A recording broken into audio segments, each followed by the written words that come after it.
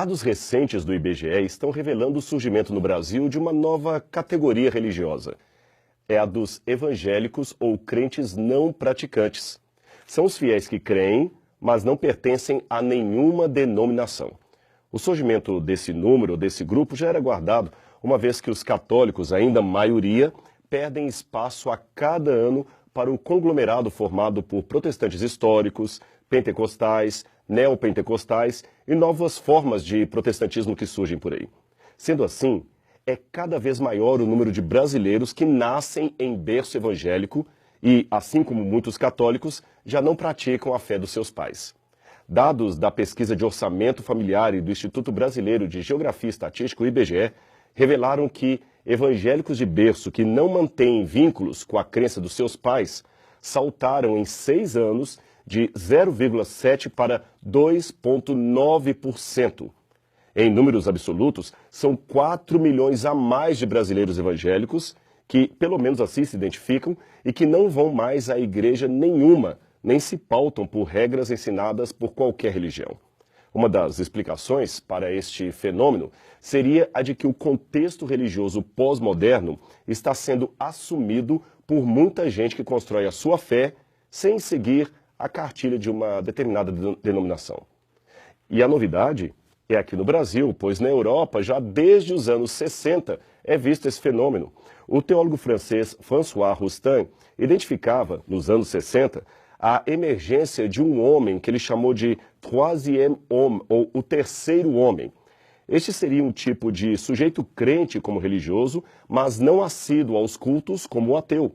Ou seja, ele crê, mas não frequenta nem quer saber de igreja. O seu lema parece ser: Jesus sim, igreja não. Ao que tudo indica, os líderes religiosos, bem como os pais, por diversas razões, estão perdendo passo a passo a autoridade e o papel de exemplo na vida de muitos, especialmente da juventude.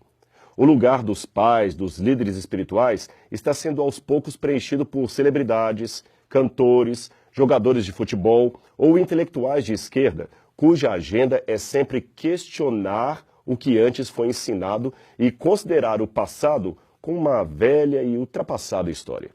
Os mais velhos não são mais símbolo de sabedoria, não, são símbolo de desatualização. Os mais velhos não sabem mexer com o celular, não entendem os artefatos tecnológicos de hoje em dia, o seu conhecimento é descartável e inútil para quem prefere mais aprender a editar um vídeo caseiro para o Facebook do que ouvir as histórias da sua avó. Isto sem contar a perda de identidade teológica vista em muitos púlpitos, onde verdades proféticas e doutrinárias são substituídas por palestras de autoajuda ou revelações modernas, típicas de um evangelho barato e promocional. Isso é triste, muito triste, principalmente porque hoje, à semelhança do que aconteceu na Galileia do primeiro século, se Jesus visse as multidões, enxergaria nelas o mesmo que percebeu nos judeus de seu tempo, ou seja, que todas são como ovelhas aflitas e desamparadas que não possuem um pastor. Isso está em Mateus capítulo 9, verso 36. Isso me faz lembrar também da famosa prece de Lanier, que ao descrever um barco em tormentas, imaginava o próprio barco gritando: "Um piloto, Deus! Por favor, um piloto! Não vês que o leme está vazio?" Um piloto. É isso que nós precisamos hoje. E se o Espírito Santo chamasse você, você, agora mesmo, para ser um piloto de Deus para um mundo que está perecendo, você aceitaria?